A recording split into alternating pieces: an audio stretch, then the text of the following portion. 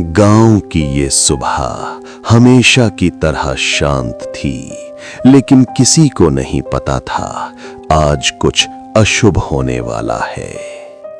सुबह सुबह ही कुछ अजीब महसूस हो रहा था, जैसे कोई हमें दूर जंगल से देख रहा हो। उस जंगल में सालों से एक भटकती चुड़ैल की कहानी सुनाई जाती थी, जो कभी दिखाई नहीं देती।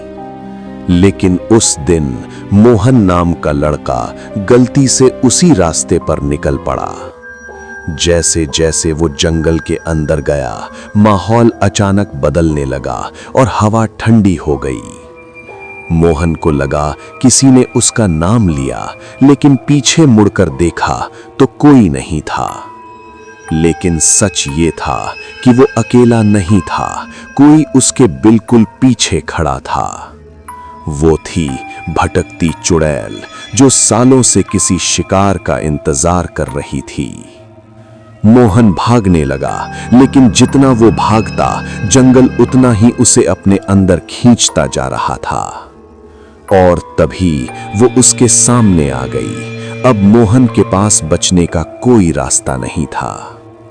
मोहन के सामने वो खड़ी थी। उसकी आंखों में ऐसी आग थी जैसे वो उसकी आत्मा तक देख रही हो।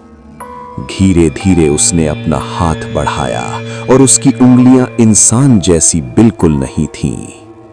मोहन का शरीर जैसे जम गया था, वो चाहकर भी हिल नहीं पा रहा था।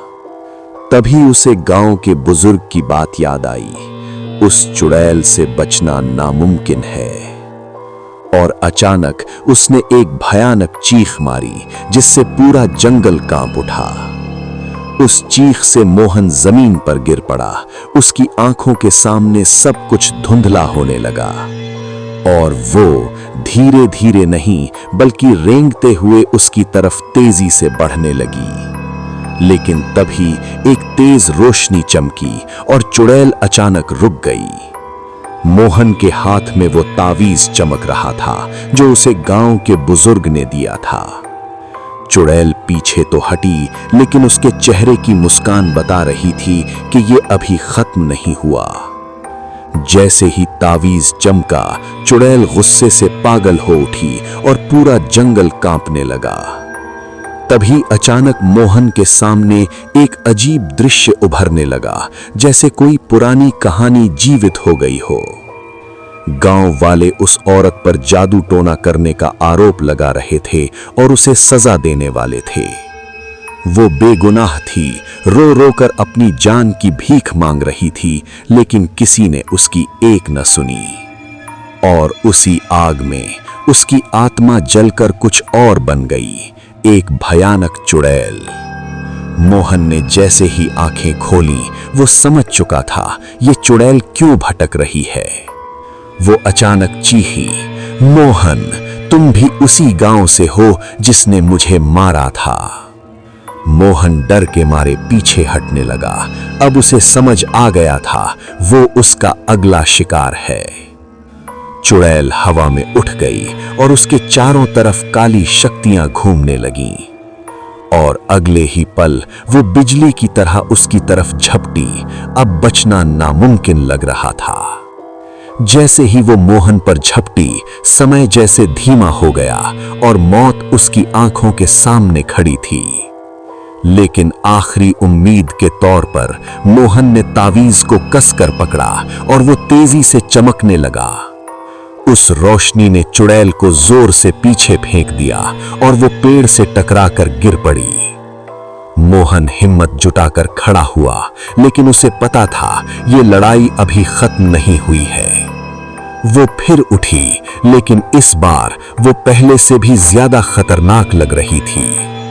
उसने डरावनी आवाज में कहा, मुझे कोई नहीं रोक सकता, मैं बदला लेकर ही रहूंगी। मोहन चिल्लाया, तुम गलत हो, हर कोई दोषी नहीं था, मैं तुम्हें रोकूंगा। तभी तावीज और तेज चमकने लगा और उसके चारों तरफ एक सुरक्षा घेरा बन गया। चुड़ैल बार बार उस घेरे को तोड़ने की कोशिश कर रही थी, लेकिन हर बार वो पीछे धकेल दी जाती। लेकिन धीरे धीरे तावीज की शक्ति कम होने लगी और चुड़ैल की मुस्कान और डरावनी हो गई। तावीज की रोशनी अब बुझने लगी थी और चुड़ैल की हंसी पूरे जंगल में गूंज रही थी। मोहन घुटनों पर गिर गया। अब उसके पास कोई ताकत नहीं बची थी, सब कुछ खत्म होने वाला था। तभी अचानक बुजुर्ग की आवाज उसके कानों में गूंजी, डर मत, सच का सामना कर।